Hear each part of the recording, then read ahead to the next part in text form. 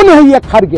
अब ये लुका छिपी का क्या लुका छुपी का खेल है? असम, अरे कहाँ असम पुलिस को नहीं जानते, पटेल से भी उखड़ के ले आएगा। कहाँ मिलेगा पवन खेड़ा? असम लसित बरफुकन का देश। पवन खेड़ा बन जाएगा पवन पेरा। मैं इसको ठीक से पेलूंगा। पवन खेड़ा पवन पेरा बन जाएगा, इसको पीलूंगा। हमारी पार्टी के अध्यक्ष जिनका राजनीतिक अनुभव आपकी उम्र से ज्यादा है, आपने कल उनके लिए जो अपशब्द इस्तेमाल किए, क्या आसाम की जनता उसको स्वीकार करेगी? इतनी पुरानी, इतनी खूबसूरत सभ्यता, उसमें इस तरह की बदजुबानी बुजुर्गों के लिए तो बिल्कुल शुमार नहीं है, किसी को बिल्कुल पसंद नहीं आई। जिस तरह से भारतीय जनता पार्टी के जो असम के सीएम हैं हेमंता बिस्व शर्मा ने जिस तरह से कांग्रेस पार्टी के नेताओं पर जो गाली गलौज की भाषा इस्तेमाल की है, उसको लेकर जंतर मंतर पर कांग्रेस के लोग प्रदर्शन कर रहे हैं कि जिस तरह से लोकतंत्र में भाषा की मर्यादा को रखा जाए। जिस तरह से कांग्रेस के टॉप लीडरशिप, चाहे वो खड़गे हो गए, चाहे फिर पवन खेड़ा हो गए, उनको लेकर जिस तरह का भाषा का प्रयोग किया गया है, राहुल गांधी की जिस तरह राहुल गांधी को शब्द बोले गए हैं या फिर तमाम वो चीज़ें की गई हैं, उसको लेकर यहाँ पर यूथ कांग्रेस के लोग प्रदर्शन कर रहे हैं। बोल रहे हैं कि बीजेपी के अंदर जिस तरह से गालीबाजों की फहरिस्त है, उनका आगे की जिस तरह से देश की राजनीति और लोकतंत्र के लिए सबसे बड़ा खतरा है। और सबसे बड़ी दिक्कत की बात है कि लोकतंत्र में भाषा की मर्यादा होनी चाहिए। लेकिन आप देख सकते हैं यहाँ पर यूथ कांग्रेस के जो अध्यक्ष हैं उदय भानु, वो आज जंतर मंतर पे आए हैं और उन्होंने अपनी बात यहाँ रख रहे हैं कि जिस तरह से लोकतंत्र के अंदर जो चीज़ें होनी चाहिए वो नहीं हो रही। आप देख सकते हैं यूथ कांग्रेस के लोग आए हैं और बस यही है कि डेमोक्रेसी में जिस तरह से भाषा का इस्तेमाल होना चाहिए, प्रयोग होना चाहिए, वो बीजेपी के नेताओं में नहीं दिखता है।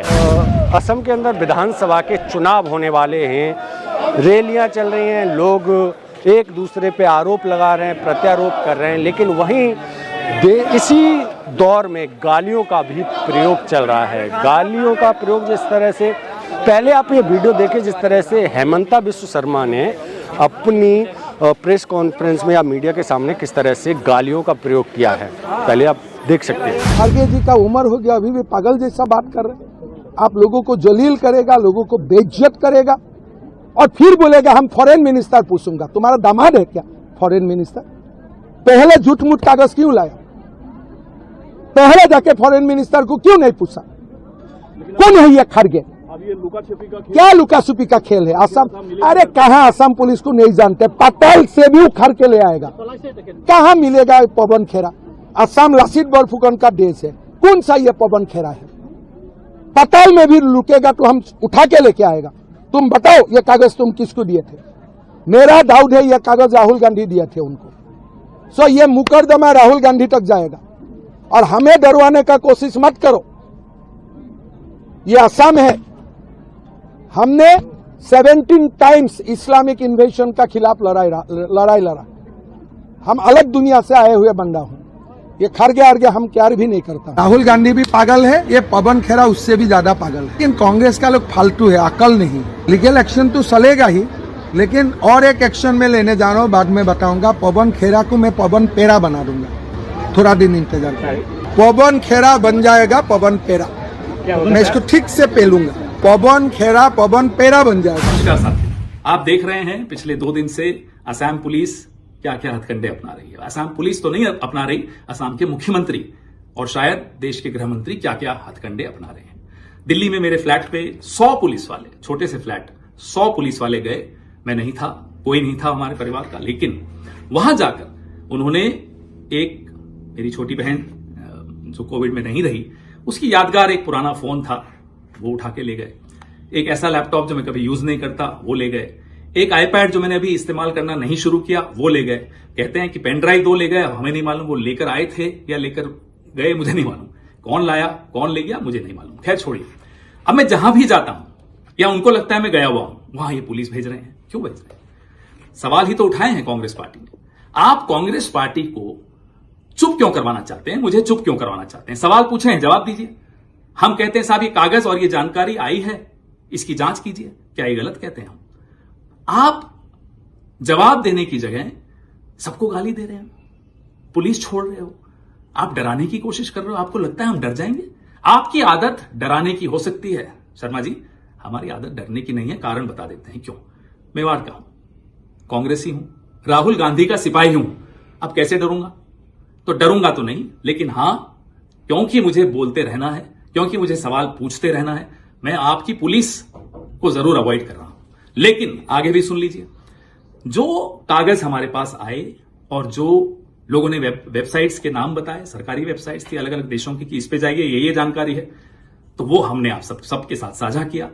हम तो यही उम्मीद करते हैं साहब आप जांच बैठाएंगे, लेकिन नहीं, आप तो पुलिस छोड़ देंगे। छोड़िए, हमारी पार्टी के अध्यक्ष जिनका राजनीतिक अनुभव आपकी उम्र से ज्यादा है, आपने कल उनके लिए जो अपशब्द इस्तेमाल किए, क्या आसाम की जनता उसको स्वीकार करेगी? इतनी पुरानी, इतनी खूबसूरत सभ्यता, उसमें इस तरह की बदजुबानी बुजुर्गों के लिए तो बिल्कुल शुमार नहीं है, किसी को बिल्कुल पसंद नहीं आई। खैर, आप जानिए आप क्यों इतने गुस्से में, हमें नहीं मालूम। कंपनी का नाम भूयान प्रॉपर्टीज LLC, एड्रेस वही जो व्योमिंग का बार बार आ रहा है। Additional article, manager authorised member Riniki Bhuyan Sharma, ये अब नॉन डिस्क्लोजर के बाद की जानकारी डिस्प्ले होनी शुरू हो गई। Identification, nationality Antigua and Barbuda, date of birth 31 July 1973, remarks citizenship by investment, other nationality yes bracket multiple. ये उनकी वेबसाइट पे लिखा है, हमें लोगों ने कहा उस वेबसाइट पे जाइए, दिख जाएगा। दिखा, हम आपको दिखा रहे हैं और सवाल भी साथ में पूछ रहे हैं और जांच की मांग भी साथ में कर रहे हैं। एड्रेस ऑफ रेनिकी भूया शर्मा, इसी वेबसाइट पे क्या लिखा है साहब? Care of Bhuyan properties limited LLC company है व्योमिंग में, उसमें उनका एड्रेस दिया हुआ है Riniki Bhuyan Sharma, Bhuyan properties limited, 96A Plashet grove, London, England, E6 1AB। Other addresses, और भी एड्रेसेस लिखे हुए। Address number 1, 12 festival city, Dubai, UAE। Second address, Sena Kalyan भवन, 195 मोती झील, ढाका, बांग्लादेश। ये सब व्योमिंग की, स्टेट ऑफ व्योमिंग की वेबसाइट पे, जो नॉन डिस्क्लोजर एग्रीमेंट जब रिवोक हो गई उसके बाद आया। ये सारे कागज जो हमें आ रहे हैं, हम सरकार से, आप सबसे साझा कर रहे हैं। स्टेट ऑफ व्योमिंग और भी हैं। अब मैं बहुत महत्वपूर्ण बात पर भी आने वाला हूं, जो यूके, गवर्नमेंट ऑफ यूके की वेबसाइट है, आप कोई भी उस पर जा सकते हैं।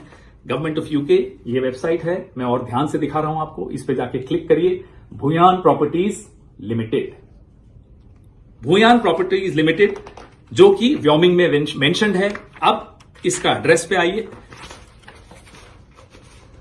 ये इसका रजिस्टर्ड एड्रेसेस और कहां कहां कब कब एड्रेस बदले गए, कौन कौन डायरेक्टर हटाया गया, बनाया गया, ये सारे डिटेल्स आपको इस वेबसाइट पे मिलेंगे। सरकारी वेबसाइट है, यूनाइटेड किंगडम की वेबसाइट है। चेंज रजिस्टर्ड एड्रेस जो लास्ट बदला 16 मार्च 2026 को बदला, 96A Plashet grove, London, E6 1AB से बदलकर 96A Plashet grove, London, E6 1AB on 16 March को ये बदला। ये क्यों बदला, क्या हुआ, हमें नहीं मालूम। उससे पहले बदला, वो उसके पहले जो एड्रेस था वो था 2 Elizabeth avenue, Ilford, IGI 1TU, England से लेकर अब प्लैशनेट पे आया। एड्रेस भी बदले, कई बार बदले, ये सब हमारे पास जो आया है। लिंक आया, लिंक किसी ने हमें बताया कि इस पे क्लिक करिए, मिलेगा, हमने देखा और मिला। अब हमारे सवाल क्या है? इजिप्ट का passport, Golden Pass of UAE, golden visa या जो भी वो कहलाता है, एंटीगुआ बारबाडोस का पासपोर्ट असली है, नकली है, हम सरकार में नहीं है, आप जांच करिए। क्या आपने या आपके एजेंट ने या आपके परिवार के किसी सदस्य ने फेक KYC डॉक्यूमेंट्स के जरिए ये शेल कंपनीज खोली, प्रॉपर्टीज खरीदी?